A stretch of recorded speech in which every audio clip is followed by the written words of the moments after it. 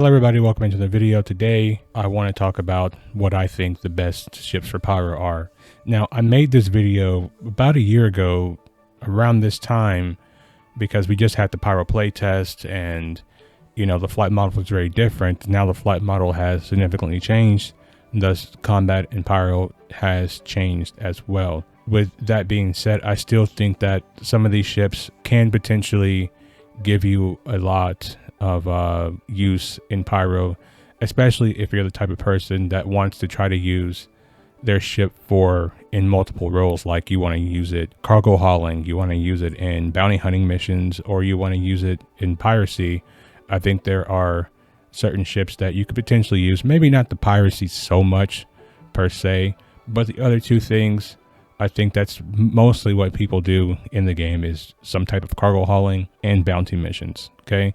Now, before we get into this video, guys, do understand that my list is subjective. Okay. So take it with a grain of salt. You can also comment down below and tell me what ships you think are the best for PYRO. Of course, I'm going to have my opinion and I respect yours. So let's get right into it. I think one of the more underrated ships for PYRO is going to be this ship right here, the Hercules M2.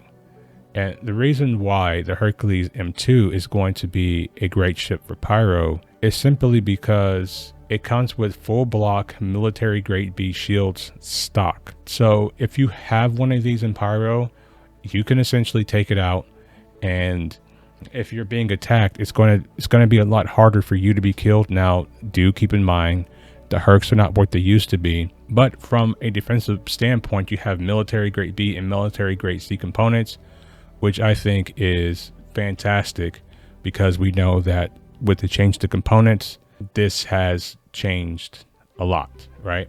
So this is a very underrated ship for PYRO, and keeping with the Crusader line, another good sleeper ship for PYRO is the Star Runner.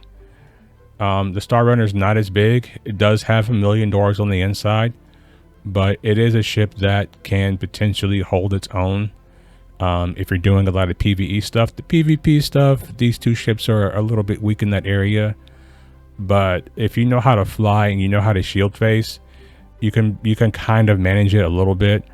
But I do think that the Mercury Star Runner is a good choice for PYRO.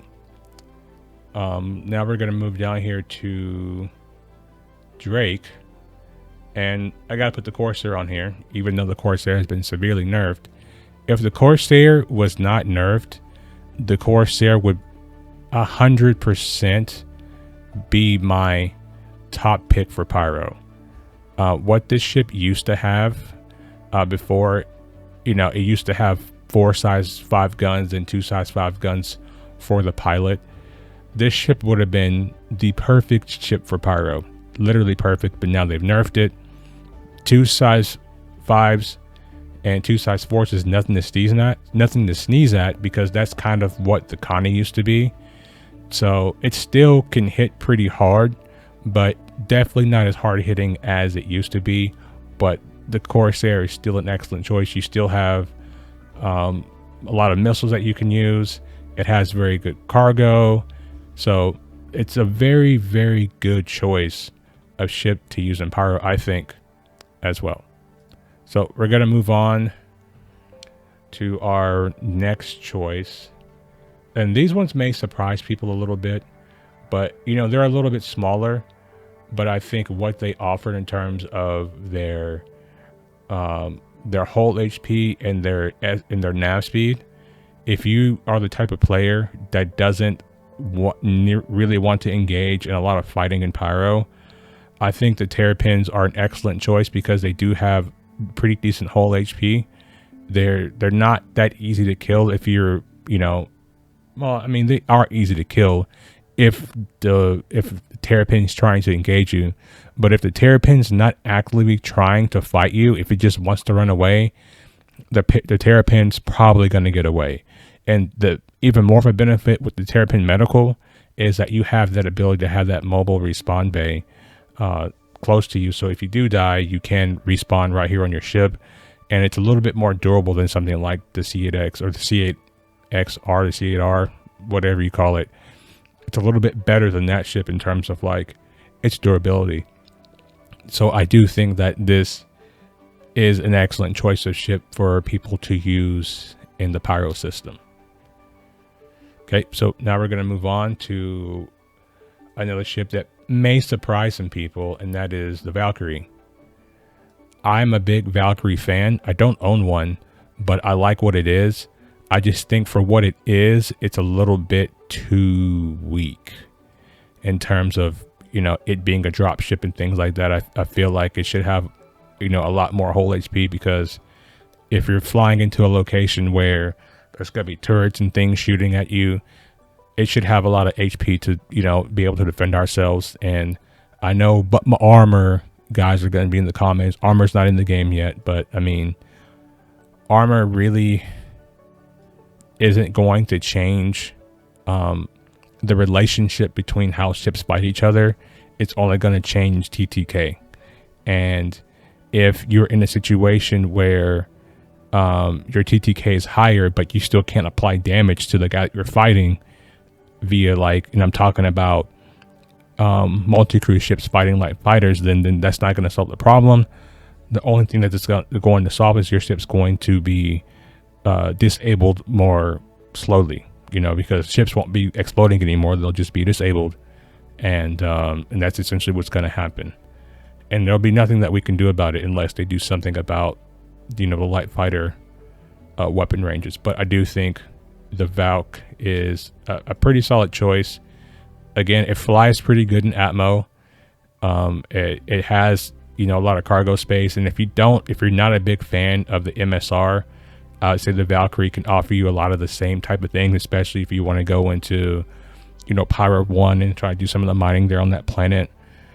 Putting a rock in here and with your Pembroke suit, I think you'll more than likely be good to go.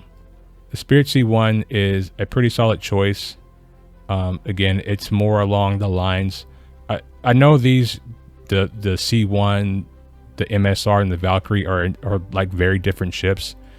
This is supposed to be like a data ship, and it's supposed to be kind of like your everyday, you know, kind of like ship, and this is like a drop ship. But I think these three ships are used in a very similar way. The only thing about the C1 is it's very fragile. You know, they're not hard to kill. So if you're flying one of these, especially if you get caught in atmosphere, you're gonna have a very hard time fighting back, and even in the Valkyrie too. But I do think that the MSR gives you the better chance to fight back because it has bigger shields. So, and I do believe this only has one shield as well. So, you know, I don't understand some of their thought process when it comes to lowering or removing our ability to have better shields when they were going to make this change, and this ship only having, and you know, the A1 as well, only having one shield. Like, it just doesn't do good. It's not very good in combat. But day to day, just getting around Pyro, I do think that these ships are fantastic choices. Now let's move on down the list here, because I'm about to wrap this video up. Now again, guys, this is just my subjective choices. The Star Lancer is a good ship.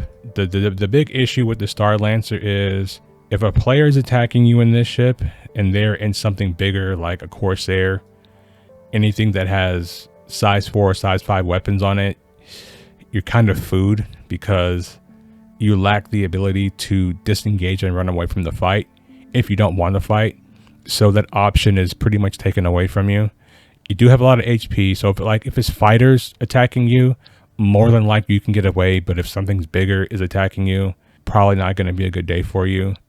I put the Freelancer on here just because the Freelancer is a classic. It's always a decent choice. It's an older ship. It really needs a lot of love and, you know, redesign and things like that. But I do think the Freelancer is also a solid choice. Now we're going to get into the ship that I think is the best ship for Pyro, the Constellation Andromeda. This for me is the best ship for Pyro. There isn't a better ship that you can use in any situation in Pyro. If you're in like this realm of ships, I'm not talking about fighters. I'm specifically talking about the multi-role, multi-crew ships, the Constellation Andromeda is by far the best choice. And the reason for that is 4 size 5 guns, you have a ton of missiles, and you have the ability to basically fight anything and kill it very, very quickly. The Constellation Andromeda kills all of these ships, all of them. And it's not even really that close of a fight. The only one that can probably fight it closely is the Corsair, if the size 5 underneath is manned. If it's not, Connie's gonna smoke it. It's not even gonna be a fair or even fight.